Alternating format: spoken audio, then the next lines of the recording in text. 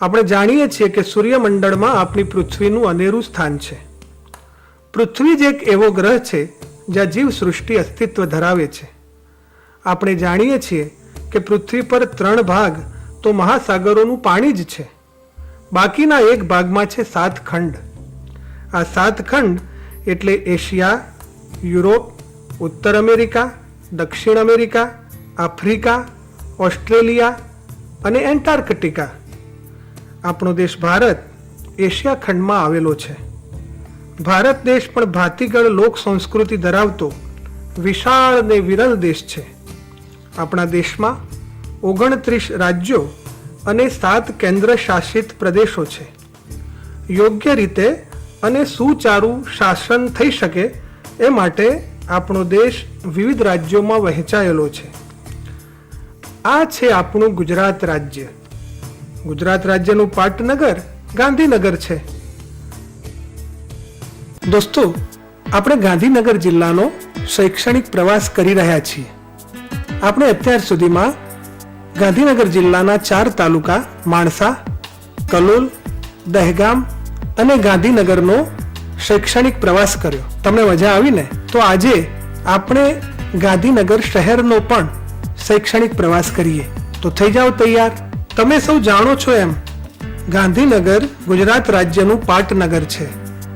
રાષ્ટ્રપિતા મહાત્મા ગાંધીની સ્મૃતિ આ શહેરના નામમાં સચવાઈ છે. એક જમાનામાં આપણું ગુજરાત રાજ્ય મુંબઈ રાજ્યનો એક હિસ્સો હતું, પરંતુ 1 મે 1960ના રોજ ગુજરાત રાજ્યને એક સ્વતંત્ર રાજ્ય તરીકેનો દરજ્જો પ્રાપ્ત થયો. અને હા, શરૂઆતમાં રાજ્યનું પાટનગર અમદાવાદ શહેર હતું. તત્કાલીન આગેવાનો દ્વારા અમદાવાદથી ઉત્તરે 24 કિલોમીટર દૂર ગાંધીનગર શહેર વસાવવામાં આવ્યું.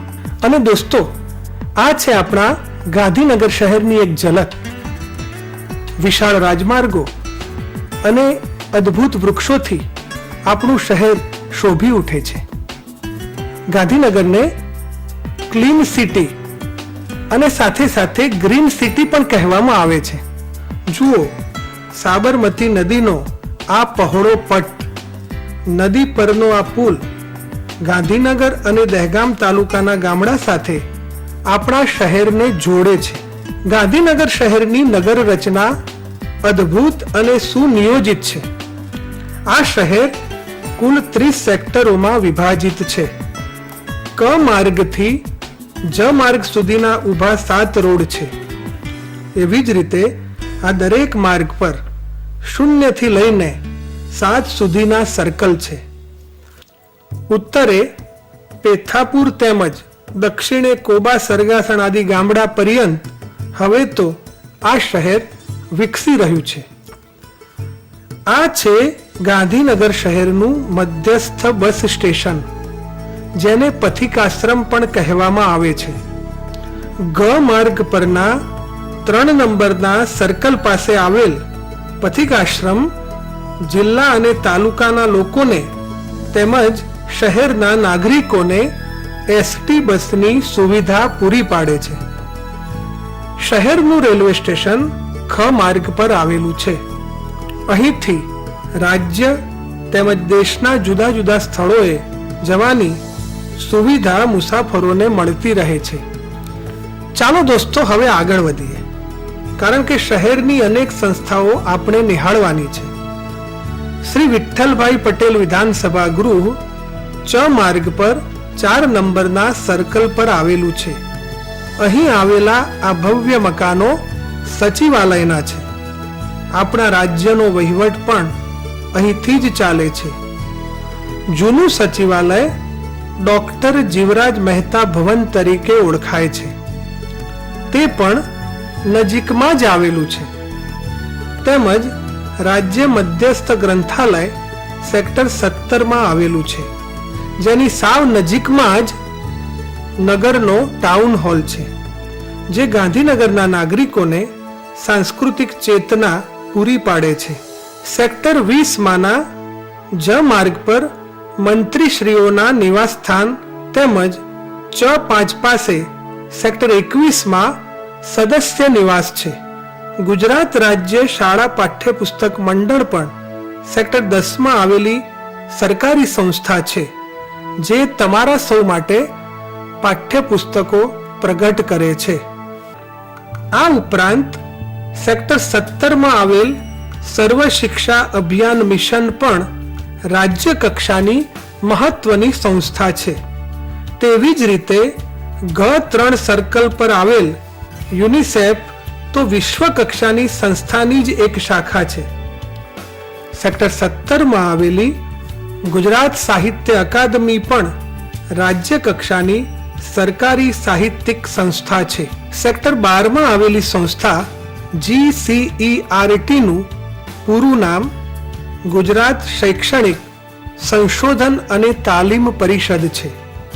આ સંસ્થા પ્રાથમિક શિક્ષણને લગતા વિવિધ સંશોધનો અને તાલીમ માટે કાર્યરત છે. પ્રાથમિક શિક્ષણની સિદ્ધિઓનું સતત મૂલ્યાંકન પણ આ સંસ્થા જ કરે છે.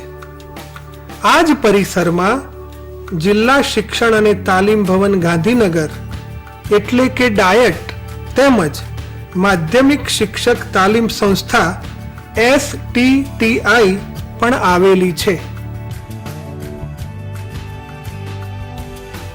દોસ્તો, હવે આપણે ગાંધીનગર શહેરના મહત્વના જોવાલાયક સ્થળોની મુલાકાતે જઈએ. આપણું આ શહેર દેશ વિદેશના સહેલાણીઓ માટે આકર્ષણનું કેન્દ્ર રહ્યું છે. સૌ પ્રથમ આપણે શહેરના ધાર્મિક સ્થાનોની મુલાકાત જઈએ. ગાંધીનગર શહેરમાં વિવિધ ધર્મ, કોમ અને જાતિના લોકો હળી મળીને રહે છે. અહીં વિવિધ ધર્મના સ્થાનકો આવેલા છે. શહેરના સેક્ટર 20માં આવેલું સ્વામિનારાયણ સંપ્રદાયનું અક્ષરધામ મંદિર ગુજરાતમાં જ નહીં, સમગ્ર દેશ અને વિશ્વમાં જાણીતું યાત્રાધામ છે. આ મંદિરના સંકુલમાં મોટું પ્રદર્શન યાત્રીઓના આકર્ષણનું કેન્દ્ર છે.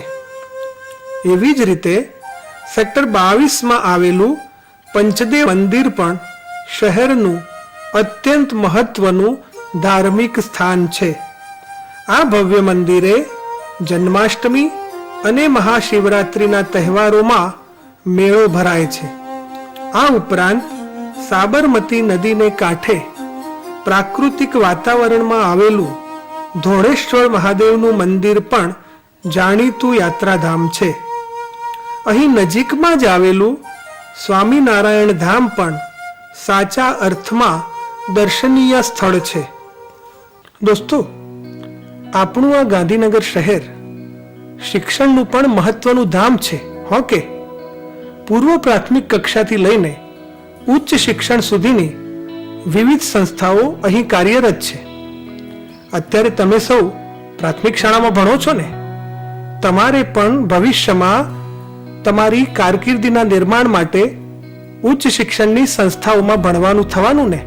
તો ચાલો શહેરની કેટલીક શિક્ષણની સંસ્થાઓને પણ જાણી લઈએ. ગાંધીનગર શહેરમાં સરકાર શ્રી દ્વારા સંચાલિત સરકારી પ્રાથમિક અને માધ્યમિક શાળાઓ વિવિધ સેક્ટરોમાં છે, જે શહેરના વિદ્યાર્થીઓને મફત શિક્ષણની સુવિધા પૂરી પાડે છે. આ ઉપરાંત સરકાર શ્રી દ્વારા માન્ય પરંતુ ટ્રસ્ટ દ્વારા સંચાલિત સંસ્થાઓ પણ શહેરમાં છે, જેમાં કડી સર્વ વિદ્યાલય, સ્વામિનારાયણ ગુરુકુળ, માઉન્ટ કાર્મેલ જેવી શાળાઓ નોંધપાત્ર છે. હવે કેટલીક ઉચ્ચ શિક્ષણની સંસ્થાઓનો પણ પરિચય કેળવી લઈએ. સેક્ટર 15માં આવેલી સરકારી આર્ટ્સ, કોમર્સ અને સાયન્સ કોલેજ, આ ઉપરાંત શહેરમાં ITI, LDRP કોલેજ, સેક્ટર 30માં આવેલ કેન્દ્રીય વિદ્યાલય, શ્રી દીનદયાલ પેટ્રોલિયમ યુનિવર્સિટી પણ મહત્વની શૈક્ષણિક સંસ્થાઓ છે. ગુજરાત નેશનલ લો યુનિવર્સિટી પણ ગાંધીનગર ખાતે આવેલી છે. સેક્ટર 16માં આવેલી સિદ્ધાર્થ લો કોલેજ કાયદાના શિક્ષણની જાણીતી સંસ્થા છે. વળી ગાંધીનગરના ભાટ ગામ પાસે ભૌતિક શાસ્ત્ર વિષયક સંશોધનો કરતી સંસ્થા પ્લાઝમા રિસર્ચ સેન્ટર પણ શહેરની મહત્વની શૈક્ષણિક સંસ્થા છે. National institute of fashion and ટેકનોલોજીને ટૂંકમાં NIFT એટલે કે નિફ્ટ તરીકે ઓળખવામાં આવે છે. આ સંસ્થા આધુનિક ફેશન અને ડિઝાઇન માટેની રાષ્ટ્રીય કક્ષાની સંસ્થા છે. પાટનગર ગાંધીનગર વિવિધ ઉચ્ચ શિક્ષણની સંસ્થાઓ માટે ખૂબ જ જાણીતું. એ પૈકીની એક અગત્યની સંસ્થા એટલે શ્રી ધીરુભાઈ અંબાણી ઇન્સ્ટિટ્યૂટ. આ સંસ્થા ઉપરાંત નેશનલ ઇન્સ્ટિટ્યૂટ ઓફ ડિઝાઇન એટલે કે NID પણ શહેરની નોંધપાત્ર સંસ્થા છે. એવી જ રીતે શહેરમાં ફોરેન્સિક યુનિવર્સિટી પણ વિદ્યમાન છે. વિવિધ અપરાધોમાંનું તથ્ય વૈજ્ઞાનિક રીતે બહાર લાવવા પ્રયાસ કરતી આ સંસ્થા દેશભરમાં જાણીતી છે. દોસ્તો, ગીર ફાઉન્ડેશન દ્વારા સંચાલિત આ ઇન્દ્રોડા પાર્ક પણ ગાંધીનગર શહેરનું સૌથી મોટું આકર્ષણ છે. સાબરમતી નદીને કાંઠે વિકસાવવામાં આવેલ આ પ્રકૃતિ ઉદ્યાનમાં અસંખ્ય પક્ષીઓ પ્રાણીઓનું પોતીકું નિવાસ સ્થાન છે. અહીં વિવિધ વૃક્ષો, ઝાડી ઝાંખરા, છોડવા, ઔષધીય વૃક્ષો પણ છે. પશુ પક્ષીઓની વિનાશને આરે ઉભેલી અલભ્ય જાતિઓનું અહીં સંવર્ધન અને સંરક્ષણ થાય છે. અહીંની સૃષ્ટિનો પણ આપણે પરિચય કેળવવો જ રહ્યો. તો દોસ્તો, થોડીક ઉતાવળ કરીએ. શું છે કે આપણે સેક્ટર 28ના બાલોદ્યાનને પણ જોવાનું છે ને? તો થઈ જાવ તૈયાર. આ ઉદ્યાન તો તમારા સૌ માટે એટલે કે બાળકો માટે છે. અહીં ફૂલ છોડ, વૃક્ષો ઉપરાંત લીલીછમ લોન ઉગાડવામાં આવી છે. બાળકો માટે રમતો અને મનોરંજનના વિવિધ ઉપકરણો પણ અહીં મોજૂદ છે. અને હા, મિની ટ્રેન તો અહીંનું ખાસ આકર્ષણ છે. મિની ટ્રેનમાં બેસીને ઘૂમીએ ત્યારે ખબર પડે કે આ ઉદ્યાન કેટલો વિશાળ છે. ગાંધીનગર શહેરનું અન્ય એક નજરાણું એટલે મહાત્મા ગાંધી મંદિર. વિધાનસભા ગૃહની સામે પરંતુ ખ રોડ પાસે આવેલ આ સ્મારક ગાંધી યુગની યાદ તાજી કરાવે છે. અહીંની દાંડી કુટીર જોતા તો તરત જ આપણી આંખ આગળ રાષ્ટ્રપિતા મહાત્મા ગાંધી આવી ઊભે છે. આપણને તરત જ ગાવાનું મન થઈ જાય કે દે દી હમે આઝાદી બિના ખડગ બિના ઢાલ, સાબરમતી કે સંત તુને કર દિયા કમાલ. મહાત્મા મંદિર એટલે ભવ્યતા અને દિવ્યતાનો સમન્વય, સાદગી અને સચ્ચાઈનો પર્યાય. રાષ્ટ્રપિતા મહાત્મા ગાંધીજીની સ્મૃતિને હૃદયમાં સાચવીને આપણે પુનિત વન ભણી જઈએ. દોસ્તો, આપણી ભારતીય સંસ્કૃતિ કૃષિ અને ઋષિ સંસ્કૃતિ છે. માનવ સંસ્કૃતિનો ઉદ્ભવ અને વિકાસ પણ નદી કાંઠે વનમાં જ થયો હતો ને. પુનિત યાને કે પવિત્ર. અહીંની મુલાકાત લેનાર તન, મન અને હૃદયની શાતા અચૂક પ્રાપ્ત કરે. અહીંની રચના તો જુઓ. આકાશના નક્ષત્રો જાણે ભૂમિ પર ઉતરી આવ્યા ન હોય. તો ચાલો અહીંના શુદ્ધ પ્રાણવાયુને આપણા ફેફસામાં ભરી લઈને આપણે સરિતા ઉદ્યાનને પણ જોઈ લઈએ. સરિતા ઉદ્યાન કેવો મજાનો શબ્દ છે. સરિતા પણ ખરી ને ઉદ્યાન પણ ખરું. અહીંની પ્રાકૃતિકતાને પણ માણી લઈએ. કવિએ ગાયું છે ને કે માણ્યું તેનું સ્મરણ કરવું એ છે એક લાવો.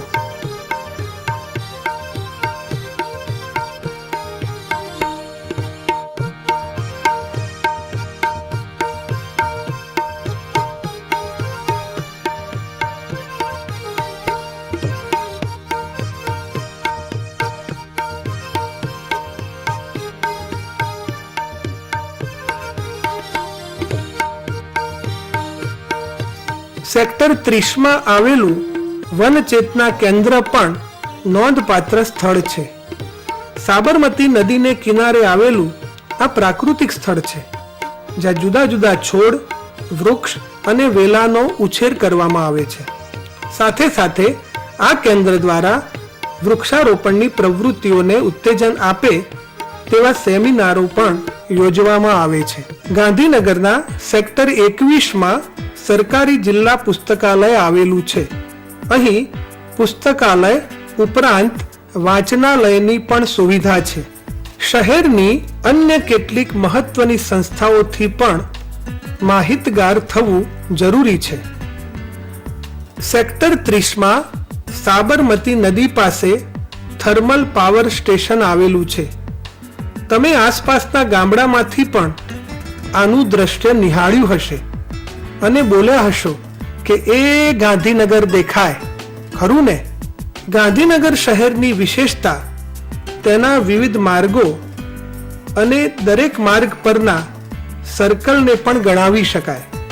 આ બધા જ સર્કલને જુદે જુદે નામે ઓળખવામાં આવે છે. અને આ છે બાળ વિશ્વવિદ્યાલય, એટલે કે તમારા સરખા બાળકો માટેનું પોતીકું વિશ્વવિદ્યાલય. સેક્ટર 20 આવેલ આ ચિલ્ડ્રન યુનિવર્સિટીમાંથી બાળ વિશ્વ નામનું સામયિક પણ પ્રગટ થાય છે. બાળ વિશ્વવિદ્યાલય સમગ્ર ગુજરાત રાજ્યના બાળકોની આંતરિક શક્તિઓને, તેમની સર્જનાત્મકતાને ખીલવવાની પ્રવૃત્તિઓ કરતું વિદ્યાલય છે. સેક્ટર 13 આવેલું શિક્ષક ભવન ગુજરાત રાજ્યના પ્રાથમિક શિક્ષકો માટેનું ભવન છે, જ્યાં દૂર દરાજથી પાટનગરની મુલાકાતે આવતા વિદ્યાર્થીઓ તેમજ શિક્ષકોને રાતવાસાની સગવડ પૂરી પાડે છે. દોસ્તો, ગાંધીનગર શહેર પ્રાકૃતિક શહેર છે, હરિયાળું શહેર છે. એનો અર્થ એવો નથી કે ધંધા રોજગારની રીતે પાછળ છે. અહીં વિવિધ ઉદ્યોગ ધંધા પણ ફૂલ્યા ફાલ્યા છે. સેક્ટર 25, સેક્ટર 26 અને સેક્ટર 28 જીઆઈડીસી આવેલી છે. ગાંધીનગરની જીઆઈડીસી નોન સ્મોક ઇન્ડસ્ટ્રી એટલે કે ધુમાડા રહિત ઉદ્યોગ છે. પર્યાવરણનું ધ્યાન રાખીને અહીંના ઉદ્યોગો ચાલે છે, જે તેની આગવી વિશેષતા છે. ગાંધીનગર જિલ્લાનો મુખ્ય વ્યવસાય ખેતીનો છે, જેના પૂરક વ્યવસાય તરીકે પશુપાલનનો વ્યવસાય વિકસ્યો છે. શહેરનો મહત્વાકાંક્ષી પ્રોજેક્ટ એટલે ગિફ્ટ સિટી. અહીં શહેરને અઢેલીને આવેલા લવારપુર ગામ પાસે ગુજરાત ઇન્ટરનેશનલ ફાઇનાન્સ ટેકમાં આવનારા દિવસોમાં આંતરરાષ્ટ્રીય કક્ષાનું ઉદ્યોગ સંકુલ વિકસનાર છે. એવી જ રીતે સોલાર સિટીનો પ્રોજેક્ટ પણ શહેરનો મહત્વનો પ્રકલ્પ છે, જેમાં શહેરના જાહેર બાંધકામોને સૌર ઉર્જાથી કાર્યરત કરવાની સરકારશ્રીની નેમ છે. દોસ્તો, G0 અને C0ની સામે ઇન્ફોસિટી છે. ઇન્ફોર્મેશન ટેકનોલોજીનું મુખ્ય મથક એટલે ઇન્ફોસિટી. જેટ વિમાનની ઝડપે આગળ વધી રહેલા આ ક્ષેત્રમાં આઈટી અને બીપીઓના વ્યવસાય માટે આંતરરાષ્ટ્રીય કક્ષાની સુવિધાઓ ઉપલબ્ધ છે. સેક્ટર 23 કડી સર્વ વિદ્યાલયની સામે સરકારી આયુર્વેદિક દવાખાનું આવેલું છે, જ્યાં ભારતીય આયુર્વેદ પદ્ધતિથી સારવાર કરવામાં આવે છે. દોસ્તો, C0 સર્કલની પાસે આવેલ આ બાયસેગ સ્ટુડિયો છે.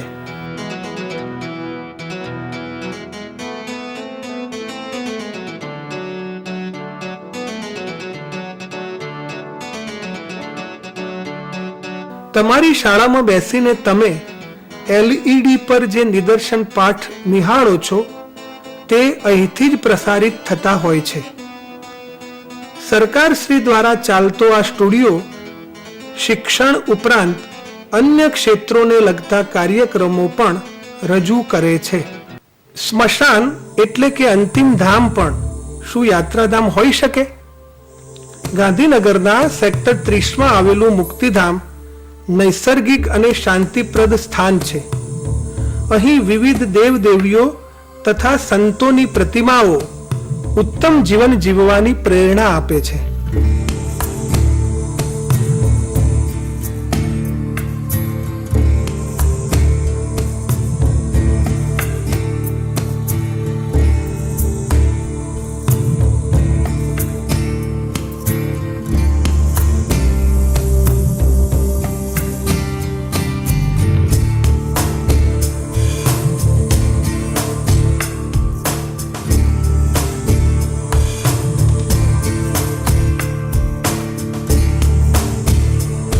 વળી અહીં સુંદર ઉદ્યાન પણ છે.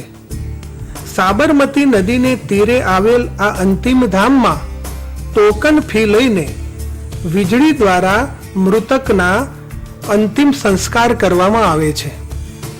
આ સ્મશાન ગૃહના કર્મચારી દ્વારા વિશેષ માહિતી પણ મેળવીએ. મારું નામ વિજયભાઈ ચૌધરી.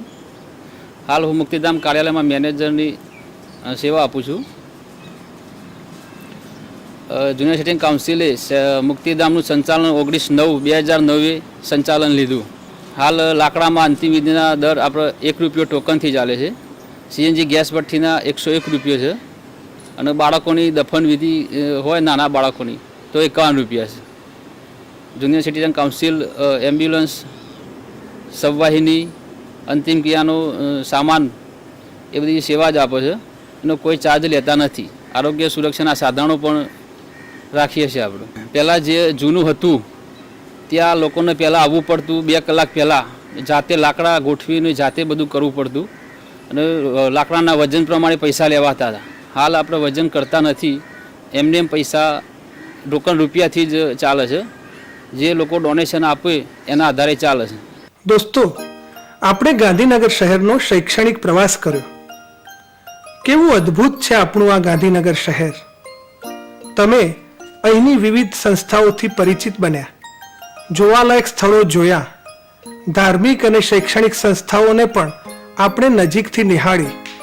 આશા છે કે આ બધી સામગ્રી, આ બધી માહિતી અને આ બધું જ જ્ઞાન તમને અંગત રીતે ખૂબ જ ઉપયોગી થઈ પડશે. તો આવજો.